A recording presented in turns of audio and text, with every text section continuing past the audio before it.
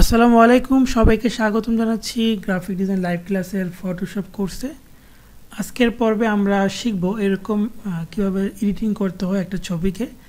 তো দেখেন, আমি যদি চোখটা অফ করে দিই, ছবিটা কিন্তু এরকম ছিল, আর ছবিটা আমি এরকম করে ফেলেছি। খুব সহজেই এই কাজটা আপনারা করতে পারবেন। আমি সেটা এখন দেখা যাচ্ছে। আমি প্রথমে এটা কেটে দিলাম সম্পূর্ণ পার্টটাই। এবার আমি এই যে ছবিটা ওপেন করে নেব। তো এই ছবিটা রাইট ক্লিক করে ওপেন উইথ ফটোশপ ওপেন করে নিলাম।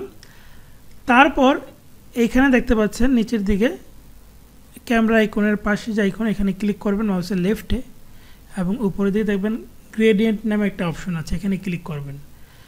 তাহলে দেখেন নিচের দিকে আমাদের একটা ব্ল্যাক পার্ট চলে আসছে। অর্থাৎ দেখেন ডান দিকে কিন্তু এই যে লিনিয়ারের উপরে যে গ্রেডিয়েন্ট বক্সটা, সেটা ডান দিকে কিন্তু কোনো কালার নেই, বাম দিকে একটা ব্ল্যাক কালার। সেই ব্ল্যাক ইফেক্টটা কিন্তু নিচে চলে আসছে, কিন্তু আমি নিচের দিকে চাই না, আমি ডান দিকে বা উপরের দিকে চাচ্ছি।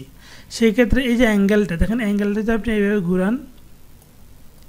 ঘুরান পরিবর্তন হবে। এটা যদি আপনি 180 ডিগ্রি দেন তাহলে ডান দিকে চলে আসবে। দেখেন ডান দিকে চলে আসলো। তারপর আপনি এখানে যে এই গ্রেডিয়েন্ট এই বক্সে ক্লিক করবেন।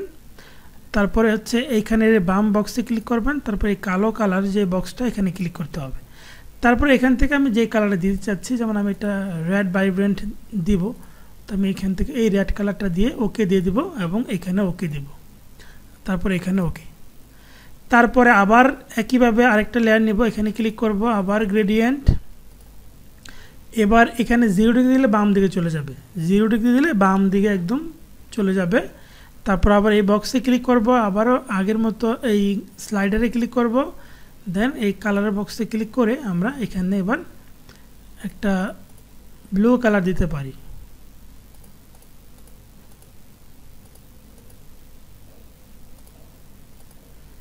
দেন ওকে। এই কালারটা যদি একটু মডিফিকেশন করতে চান, হ্যাঁ, এই কালারটা দিলে একটু বেটার মনে হবে।